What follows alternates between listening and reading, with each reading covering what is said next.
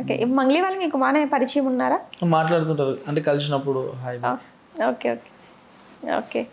ఇప్పుడు మామూలుగా మీరు ముందు మీకంటూ ఓన్ యూట్యూబ్ ఉంది కదా, మీరు మీ బంజారా సాంగ్ స్టార్ట్ చేసినప్పుడు నాదేం లేదు. మరి ఎవరి దాంట్లో పెట్టేవారు అవి? విజయ్ అని చెప్పి అన్న. ఓకే. ఇక ఫస్ట్ కొంచెం ఆయననే కొంచెం పుష్ చేసిండు, ఇట్లా సాంగ్స్ ఇద్దాం మనం కూడా, తెలుగే కాదు బంజారాలో కూడా కొంచెం సాంగ్ తీసి మనం కూడా పేరు తెచ్చుకుందాం అన్నట్టు బంజారాలో స్టార్ట్ చేసిన 2 years తర్వాత తెలుగులో స్టార్ట్ చేసిన. ఓకే. ఓకే. ఇప్పటికీ మీకంటూ ఓన్గా ఛానల్ మీరు ఏం పెట్టలేదు అంటే? బేసిక్గా ఇన్ఫ్లుయెన్సర్స్ అనగానే కొంచెం ఫేమ్ వచ్చింది, అమౌంట్ వస్తుంది అని అనుకున్నప్పుడు ఎవరికాళ్ళు ఓన్గా బిల్డ్ చేసుకోవాలని అనుకుంటారు కదా, మీకు ఆ థాట్ రాలేదా మరి? అంటే నాకు ఓన్ ఛానల్ పెట్టుకోవాలని ఉంది. ఒకవేళ పెట్టుకున్న తర్వాత నా స్వార్థం పెరుగుతుందేమో అనిపి, ఓన్లీ నా ఛానల్లోనే సాంగ్ చేయాలి, బయట చేయొద్దు. మంచిదే కదా, కానీ అంత ఉండదు తర్వాత. అంటే ఇప్పుడు నార్మల్గా నేను అక్కడిక్కడ చేస్తున్నా కదా, ఇదే కొంచెం మంచిగా అనిపిస్తుంది. అందరితో కలవడం, అందరితో తిరగడం, అందరితో మాట్లాడడం. అన్ని రోజులు ఒకేలా ఉండవు కదా. ఇప్పుడు పరిస్థితులు బాగున్నాయి, మనుషులు మనతో బాగున్నారు కాబట్టి ఓకే. రేపు అన్న రోజు లక్ష్మణ్ గారితోనే మీకు ఏదో ఇష్యూ అయింది, మెయిన్ ఆయనే కాబట్టి ఆయన ఒక్క మాట, అరే కిట్టు పవన్ గారు కరెక్ట్ కాదు పెట్టుకోకండి అని ఒక్క మాట బయట ఎవరికైనా చెప్పాడంటే ఈజీగా ఆయన మాటకు రెస్పెక్ట్ ఇచ్చి మిమ్మల్ని పెట్టుకోవడం మానేస్తారా, మానేరా? చెప్పలేదు. మాక్సిమం ఛాన్సెస్ అయితే ఆయన మాటకి రెస్పెక్ట్ ఇచ్చే వాళ్ళు ఉన్నారు కదా. సో అలాంటి సిచ్యువేషన్ అన్న వేరేలోకి చెప్పడం కన్నా ఈ ప్రాజెక్ట్ చేయకంటే నేనే చేయను. ఓకే. అంటే ఇప్పుడున్న అభిమానంతో అలా చెప్తున్నారేమో కానీ ఏం లేదు, అట్లేం లేదు. ఓకే. అన్న మీద ఎప్పుడు రెస్పెక్ట్ అది, ఎందుకంటే నార్మల్గా మనకు అన్నం పెట్టిన మర్చిపోద్దని అంటుంటారు కదా, అదే అన్న మీద అభిమానం అనేం కాదు, అన్న మీద ముందటి నుండే ఉంది. సాంగ్ చేయకపోయినా కానీ అన్నతో మేము ఇదే ఉంటుండే. మాదొకటి దిలీప్ అని చెప్పి, సికిందర్ అని చెప్పి, విజయ్ అన్న అని చెప్పి, మేమందరం మాదొక బంజారా కమ్యూనిటీ కాబట్టి బంజారా సాంగ్ చేస్తుండే. తెలుగులో మేము చేసిన ప్రయత్నంలో అన్న ఒక చేయబట్టి కొంచెం పైకి లేపి, అట్లా కొంచెం చేయబట్టి పైకి లేపారా? మంచి క్యూట్గా చెప్తున్నారు. ఓకే. ఇప్పుడు మ్యారేజ్ అయింది కదా, మళ్ళీ మ్యారేజ్ టాపిక్ తీస్తున్నాను అనుకుంటారేమో.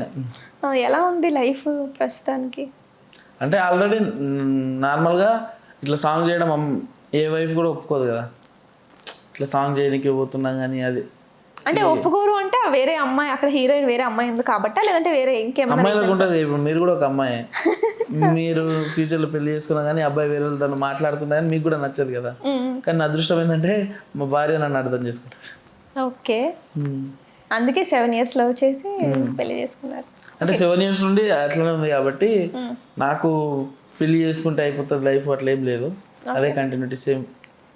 అర్థం చేసుకునే భార్య ఉంది కాబట్టి నాకు తేడా ఏమనిపిస్తుంది. అంటే ఇప్పుడు బిఫోర్ మ్యారేజ్ ఆఫ్టర్ మ్యారేజ్ అంత డిఫరెన్స్ ఏం తెలియట్లేదు అంటున్నారా మీరు? నాకేం తేడా ఏం తెలుస్తుంది, సేమ్. ఓకే. అప్పుడంటే వాళ్ళ ఇంట్లో ఉండేది కాబట్టి ఇప్పుడు మీరు ఎప్పుడు వెళ్ళి ఎప్పుడు వచ్చినా కూడా ప్రాబ్లం లేదు. ఇప్పుడు తన ఇంట్లోనే ఉంటుంది, షూట్ టైంలో లేట్ అవ్వచ్చు, కొన్నిసార్లు ఒక్కొక్క నైట్ రాకపోవచ్చు. మీరు ఇప్పుడు ఈ సాంగ్కి నైట్ టైం కూడా కష్టపడ్డారు, నైట్ 2కి షూట్ 5 వరకు ఉంది. ఇలాంటి సిచ్యువేషన్లో తను ఎలా పెళ్ళైన తర్వాత షూట్కి వెళ్ళారా? ఎలా హ్యాండిల్ చేస్తున్నారు? ఏమందా అసలు? అంటే తెలుసు కదా కదా అమ్మాయికి, నార్మల్గా నేను ఇప్పుడు బయట వర్క్ చేయబుద్ధి కాదు, ఏమైనా ఉంటే ఓన్ బిజినెస్ అని ఉండాలి, లేదంటే ఇదే ఉంది కాబట్టి కొన్ని రోజులు ఇది చేసిన తర్వాత మనం సెట్ అయిన తర్వాత బిజినెస్ పెట్టుకుంటా, అదృష్టంకి వస్తే ఏదైనా సినిమా వస్తే సినిమా. ఓకే. అట్లా అని చెప్తే ఆమె అర్థం చేసుకుంటుంది. ఒకవేళ సడన్గా వద్దు నేను ఉండలేకపోతున్నాను, వెళ్ళొద్దు, ఒకవేళ ఏదైనా షూట్స్ ఉన్నా డే టైంలో ఫినిష్ చేసుకుని వచ్చేసి అని ఇలా అంటే, అలాంటి కండిషన్స్ ఏమైనా పెడితే ఏంటి? అంటే మేము స్టార్టింగ్లోనే మాట్లాడుకున్నాం అప్పట్లో, ఈ షూటింగ్స్కి నీకు నాకు మధ్యలో ఇట్లాంటి ఇష్యూ రావద్దు అని చెప్పి మాట్లాడుకున్నాం కాబట్టి తను నాకు అట్లాంటిది ఏం చెప్పదు. అన్నీ పకడ్బందీగా బాగానే ప్లాన్ చేసుకున్నట్టున్నారు. ప్లాన్. ఓకే. ఓకే. ఇప్పుడు మామూలుగా ఒక షార్ట్ ఫిల్మ్ కానీ ఏదన్నా ఫోక్ సాంగ్ చేసినప్పుడు అవతల హీరోయిన్ ఎవరు బాగుంటేనే చేద్దాం, కొంతమందికి ఉంటుంది కదా, మన పక్కన యాక్ట్ చేస్తుందంటే కొంచెం లుక్ బాగుండాలి అని చెప్పేసి అలా చూసుకుంటారా? ఒకవేళ అమ్మాయి కొద్దిగా అంత డామినేటింగ్గా లేదు అని అంటే రిజెక్ట్ చేస్తారా? అంటే నేను ఫస్ట్ సాంగ్ నచ్చితేనే షూట్కి పోతా, ఓకే. నాకు సాంగ్ స్టోరీ నచ్చితే షూట్కి వెళ్ళిపోతా. ఇంకా మీ పక్కన హీరోయిన్గా ఎవరిని ఎలాంటి అమ్మాయిని పెట్టినా కూడా చేసేస్తారు? ఓ, ఎలాంటి హీరోలు కూడా ఉంటారా? ఉండరు. అంటే కొంచెం ఉంటుంది కదా, పర్ఫెక్ట్ జోడీ అయితేనే కొంచెం వ్యూస్ బాగా వెళ్తే మంచి హిట్ అవుతుంది సాంగ్ అని. ప్రొడ్యూసర్ అదే, అంటే నార్మల్గా ప్రొడ్యూసర్స్ డైరెక్టర్ అదే చూసుకుంటాడు కదా. నార్మల్గా నన్ను పెడుతున్నప్పుడు నా పక్కన ఇతనికి సూట్ అయ్యే అమ్మాయిని పెట్టాలని అనుకుంటారు. ఓకే. ఓకే. ఓకే. రాము రాథోడ్ మీకు బాగా పరిచయం అనుకుంటా. అన్న అవుతాడు. అన్న, ఓకే. ఆయన అంటే ఎలా ఉంటారు మామూలుగా బయట? ఎప్పుడైనా వర్క్ చేశారా కలిసి ఏదైనా సాంగ్లో కానీ? సాంగ్స్ ఏం చేయలేం కానీ ఎప్పుడు నుండి పరిచయం. ఇక మా పిన్ని కొడుకు అవుతాడు, పెద్దమ్మ కొడుకు అవుతాడు. ఓకే. రాము రాథోడ్ ఏంటి, తను రాసే సాంగ్స్ అన్ని ఖచ్చితంగా తనే హీరోగా ఉండాలని అలా ఏమైనా పెట్టుకుంటాడా? అట్లేముండదు. వాడి ఛానల్లో వాడు ఇప్పుడు నార్మల్గా వాడు బయట రాయాడు, వాడు రాసే సాంగ్స్ బయట రాయాడు, వాడే రాసుకొని వాడి ఛానల్లో చేస్తుంటాడు. బయట సింగింగ్ చేస్తాడు, బయట వాడు ఎవరికి రాసాడు వచ్చిన సాంగ్స్ వాడే పెట్టుకుంటాడు. ఇప్పుడు సొమ్మసిల్లిపోతున్నవే కానీ ఫస్ట్ హిట్ అయిన సాంగ్, ఇప్పుడు రాను బొంబాయికి రాను, నిన్న సిత్తమే బావా, ఈ సాంగ్స్. మీకు కొంచెం మంచి పరిచయం ఉంది కదా, మరి ఎప్పుడైనా మీకోసం మంచి ఏదైనా సాంగ్ రాస్తానులే చెయ్యి తమ్ముడు అని అలా ఎప్పుడేం చెప్పలే? అంటే మా సాంగ్స్ అంటే నార్మల్గా వాడు ఇండస్ట్రీకి వచ్చి ఒక 6-7 years అవుతుంది. వాన్ ఓన్గా చేసిన ప్రాజెక్ట్స్ ఒక 4 or 5 ఉన్నాయి. బయట చాలా చేసిండు, వాన్ ఓన్గా చేసిన 4 or 5 ఉంటాయి. ఇప్పుడు నార్మల్గా వాన్ ఛానల్ వాడే ఉండాలి. ఇప్పుడు వాన్ పేరు మీద పెట్టుకున్న క్రియేట్ ఛానల్ ఉంటుంది కదా, ఎవరి ఛానల్ వాళ్ళే ఉండాలి. అట్లట్టు వాన్ ఛానల్లో వాడే ఉంటాడు. ఎప్పుడన్నా డ్యూయల్ రోల్ ఉంటే చేస్తారా? చేస్తాం. ఓకే. ఇప్పుడు రాము రాథోడ్ బిగ్ బాస్కి వెళ్ళాడు, మీకు అలాంటి బిగ్ బాస్ అవకాశం ఏమైనా వస్తే వెళ్తారా? వెళ్తా. ఇష్టమా బిగ్? మామూలుగా ఫాలో అవుతారా ప్రతి సీజన్? సో ఒక అవగాహన ఉంది, వెళ్తే ఎలా సర్వే. నార్మల్ చుట్టుపక్కల ఉన్న ఇప్పుడు పల్లవి ప్రశాంత్ కానీ, బోలే సార్ కానీ, రాము కానీ, ఫైమా, వీళ్ళని తెలిసిన వాళ్ళే వెళ్ళారు కదా. ఓకే. అప్పటి నుండి ఫాలో అయ్యేదాన్ని. కనుక్కున్నారా వాళ్ళ ఎక్స్పీరియన్స్ ఎలా ఉంది, వెళ్ళొచ్చా లేదా చెప్పరా? చూసినావుగా, ఇంకేం చెప్పాలంటారు వాళ్ళు. అంటే కొంతమంది అంటారు కదా, బయటకు వచ్చిన తర్వాత కొంతమంది కంటెస్టెంట్స్ చెప్పారు, ₹1,00,00,000 ఇచ్చిన కొన్ని పనులు చేయను, అందులో బిగ్ బాస్కి వెళ్ళడం అనేది మళ్ళీ అసలు చేయను అని ఎలా చెప్తా ఉంటారు. దాన్ని బట్టి మీకు నెగిటివ్గా ఎందుకు ఉన్న పేరు పోతుంది బిగ్ బాస్కి వెళ్తాను అలా? బిగ్ బాస్కి వెళ్తే పోతుందని నాకైతే. అంటే ఎంత డబ్బులు వస్తాయో ఒక విధంగా, ఒకవేళ సరైన టైంకి మనం సరిగా పోర్ట్రేట్ అవ్వకపోతే బ్యాడ్ నేమ్ కూడా వచ్చేస్తుంది. సో అలా ఏమైనా అయ్యే అవకాశాలు కూడా ఉంటాయి కదా. ఏమో నాకైతే నేను యాక్టివ్గానే ఉంటా అని చెప్పి అనుకుంటా. యాక్టివ్గా ఉంటా ఏమో, నాకు ఇక్కడ కొంచెం సిగ్గుపడుతూ కొంచెం ఏదో ఇంట్రో అట్లా అలా అందమైన అమ్మాయి అన్నావు కదా ముంగల. వేసేసాడు భయ్య, ఇందాక పగ పెట్టుకున్నట్టున్నారు కదా మీరు. Okay okay.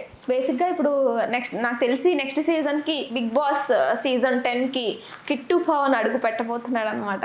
ఓ అట్లేం చెప్ప, నేను పోతున్నానని చెప్పినా వస్తే పోతా. ఇప్పుడు మీ సాంగ్ ఎంత హైలైట్ అయింది, పార్ట్ 2 కూడా రిలీజ్ చేశారు, అది మంచి హైలైట్ అయిపోయింది. దానికి తోడు మీ బంజారా సాంగ్ కూడా 100 million క్రాస్ చేసేసింది. ఇంకెంతకేం కావాలి, ఫేమస్ అయితే వన్స్ ఫేమస్ అయ్యారంటే ఇంకా ఆ సీజన్కి నెక్స్ట్ పోతా వెళ్తారు. ఓకే. కాదు, నేను మీతో మాట్లాడిన తర్వాత ఎంతసేపు కొంచెం తీయగా వినసంపుగా మీ నోటి నుంచి ఒక పాట వినాలని ఉంది. మా కోసం అలా ఒక 2 లైన్లు వదిలితే.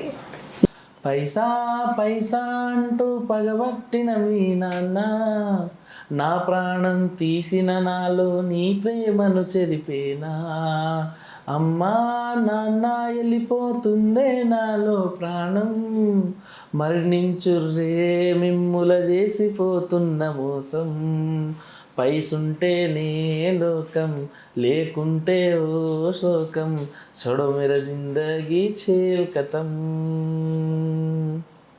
నువ్వు పువ్వులు అల్లుకొని పోతున్నవే అత్తగారింటికి, నే పువ్వులు జల్లుకొని పోతున్ననే కాలే కాటికి. వావ్. కాదు, మీకు ఓకే అంటే మీకు ఒక మంచి పెద్ద వీరాభిమాని ఉన్నారు, ఆయనకి కాల్ చేసి మీరు అలా మాట్లాడితే చాలా హ్యాపీగా ఫీల్ అయిపోతారు. మాట్లాడతారా? చేయండి.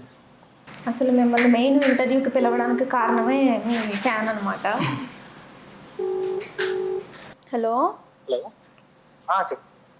చందు,